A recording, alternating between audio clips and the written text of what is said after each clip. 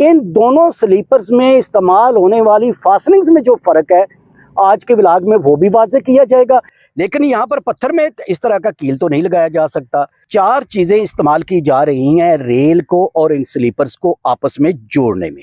Rail जो होती है ये स्लीपर के ऊपर कैसे फिक्स की जाती है, इस रेल पैड के ऊपर फिर रखी जाती है कैंट प्लेट। इस तरह इनका आपस में ताल्लुक बन जाता है और एक मजबूत जोड़ बन जाता है। ये इसे रेल पैड कहते हैं और इसका बहुत अहम काम होता है। जो शोर होता है गाड़ी के गुजरने से उसको भी कम करते हैं। अब हम बात करते हैं कि ये जो कैंट प्लेट है इसका किरदार क्या होता है। इस वजन को मुख्तलिफ सतह पर फैला देती है।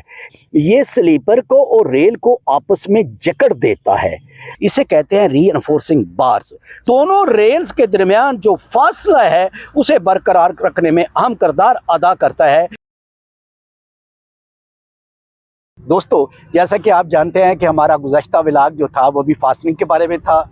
उसमें ये रेलवे ट्रैक जो होता है, इसकी रेल जो होती है ये लकड़ी के स्लीपर के साथ कैसे अटैच होती है, कैसे इसके साथ लगती है, इसमें जो फास्टनिंग इस्तेमाल होते हैं वो आपको बताए।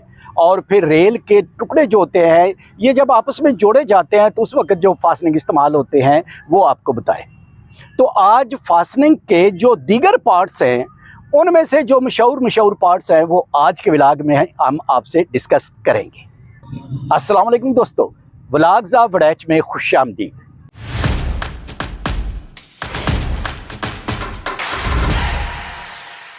सुनाइए, क्या हाल है आपका? आप ठीक हैं, खुश हैं, राज़ी हैं? अल्लाह ताला के हजूर उम्मीद वासिक है कि आप बिल्कुल ठीक होंगे और अल्लाह ताला के हजूर दुआ है कि वो आपको खुश रखे, सलामत रखे और अपने हिफ्ज़ो ईमान में रखे। आमीन। दोस्तों, हमारे आज के व्लॉग का जो मरकज़ी नुक्ता है वो ये है कि जो लकड़ी के स्लीपर्स होते हैं ये रेल के साथ किस तरह लगाए जाते हैं और इनमें कौन सी फास्टनिंग्स इस्तेमाल होती है, और जो ये कंक्रीट के स्लीपर होते हैं ये रेल के साथ किस तरह लगाए जाते हैं और इनमें कौन सी फास्टनिंग्स इस्तेमाल होती हैं। यानी इन दोनों स्लीपर्स में इस्तेमाल होने वाली फास्टनिंग्स में जो फ़र्क है आज के व्लॉग में वो भी वाज़ेह किया जाएगा।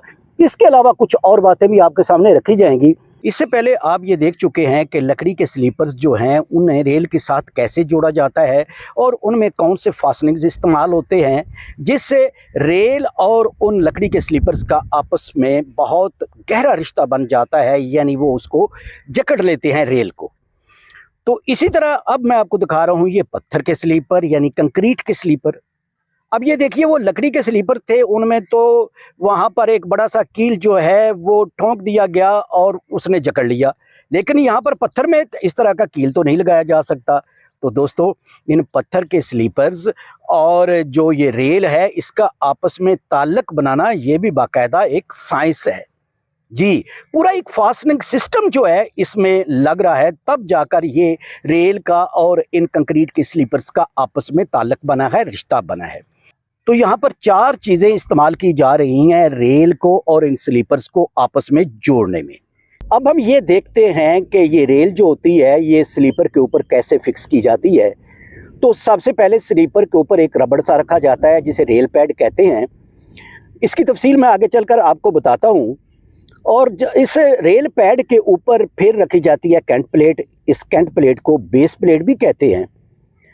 अब जब कैंट प्लेट रख दी जाती है तो फिर रेल को बिल्कुल इसके ऊपर एक मखसूस जगह पर रखा जाता है, यानी जो जगह बनी होती है उस जगह पर रेल को रखा जाता है। जब रेल उस जगह पर रख दी जाती है, फिक्स कर दी जाती है, तो फिर उसके बाद ऊपर एक वाशल वगैरह लगा के फिर ये जो नट बोल्ट होते हैं जो ऑलरेडी फिट होते हैं, जिनकी एक मखसूस जगह बनी होती है, उससे बाहर निकला होता है बोल्ट और फिर जो नट जो है वो उसके ऊपर कस दिया जाता है और इस तरह इनका आपस में ताल्लुक बन जाता है और एक मजबूत जोड़ बन जाता है। ये दोस्तों वो फास्टनिंग जो कंक्रीट के स्लीपर और रेल को जोड़ने में काम आते हैं, जैसे नट हो गया, रबड़ हो गया और फिर ये कैंट प्लेट हो गई। अब हम इनके किरदार को डिस्कस करते हैं और इनके फ़वाइद क्या हैं उसके बारे में तफसील से आपसे बात करते हैं। ये जो आपको रबड़ सा नज़र आ रहा है ना, इसे रेल पैड कहते हैं और इसका बहुत अहम काम होता है।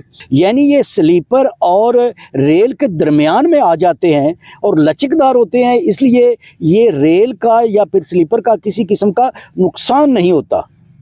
जी, एक तरफ ये रगड़ वगैरह को कम करते हैं जिससे स्लीपर की उम्र बढ़ जाती है, और दूसरी तरफ ये वाइब्रेशन को कम करते हैं। यानी जब गाड़ी गुजरती है तो वाइब्रेशन पैदा होती है, तो उस वाइब्रेशन को भी ये जज़ब करते हैं, और गाड़ी गुजरने से जो झटके लगते हैं उनको भी ये कंट्रोल करते हैं, और जो शोर होता है गाड़ी के गुजरने से उसको भी कम करते हैं।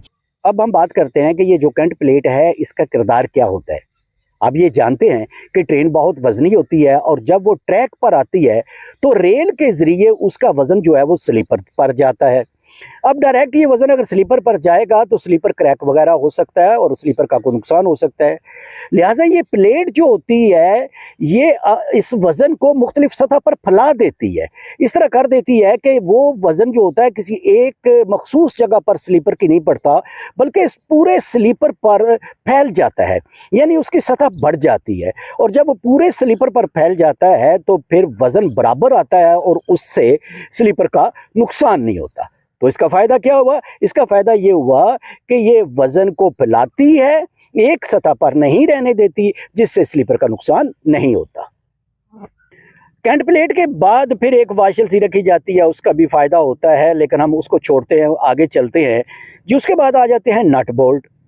ये जो बोल्ट होता है ये तकरीबन ऐसे ही महसूस होता है जैसे पहले फिक्स होता है, नीचे से आ रहा होता है, मखसूस जगह होती है इसकी, और फिर इसमें जो नट होता है वो कस दिया जाता है, लगा दिया जाता है। और इसका काम इस सारे अमल में सबसे अहम होता है, क्योंकि ये स्लीपर को और रेल को आपस में जकड़ देता है, जिसकी वजह से स्लीपर भी अपनी जगह नहीं छोड़ता और रेल भी अपनी जगह नहीं छोड़ती, और सफ़र जो होता है हमवार होता है। अब हम एक बार फिर मुख्तसरन ये जायज़ा ले लेते हैं कि ये जो कंक्रीट के स्लीपर हैं ये रेल के साथ कैसे जुड़े जाते हैं। तो सबसे पहले स्लीपर के ऊपर रबड़ रखा जाता है, और रबड़ के ऊपर फिर जो होती है वो कैंट प्लेट रखी जाती है, और कैंट प्लेट के ऊपर बिल्कुल मखसूस जगह पर रेल रखी जाती है, और फिर इस रेल को जोड़ने के लिए, बांधने के लिए नट बोल्ट्स इस्तेमाल किए जाते हैं। ऑलरेडी बोल्ट जो होते हैं वो दोनों अतराफ में पहले उसके अंदर होते हैं, और फिर ऊपर से नट लगा दिए जाते हैं और मजबूती से इनको बांध दिया जाता है, जिससे ये अपनी जगह पर मौजूद रहते हैं, और इनमें से कोई भी पुर्जा और कोई भी चीज़ अपनी जगह नहीं छोड़ती, और सफ़र जो होता है ट्रैक पर वो हमवार होता है। दोस्तों, ये जो आपको नज़र आ रही है ना बार्स सी, इसे कहते हैं रीइंफोर्सिंग बार्स।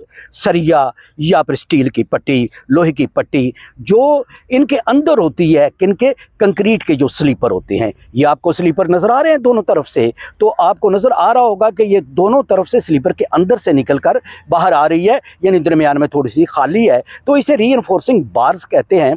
इसका काम क्या होता है? इसका काम ये होता है कि ये जो स्लीपर के ऊपर रबड़ रखा जाता है, और फिर जो कैंट प्लेट होती है, और फिर उसके ऊपर रेल रखी जाती है, इनका आपस में बहुत गहरा ताल्लुक बनाता है, ये जकड़ता है, इसकी वजह से पकड़ जो होती है वो मजबूत होती है। और फिर उससे भी अहम काम इसका ये है कि ये दोनों रेल्स के दरमियान जो फासला है उसे बरकरार रखने में अहम किरदार अदा करता है। यानी ये यूँ समझ लीजिए कि ये स्लीपर का एक किस्म का हिस्सा होता है। ये जो स्लीपर होता है ना कंक्रीट का, उसका एक किस्म का ये आम हिस्सा होता है, और ये दोनों रेल्स में जो फासला होता है उसको बरकरार रखने में काम आता है।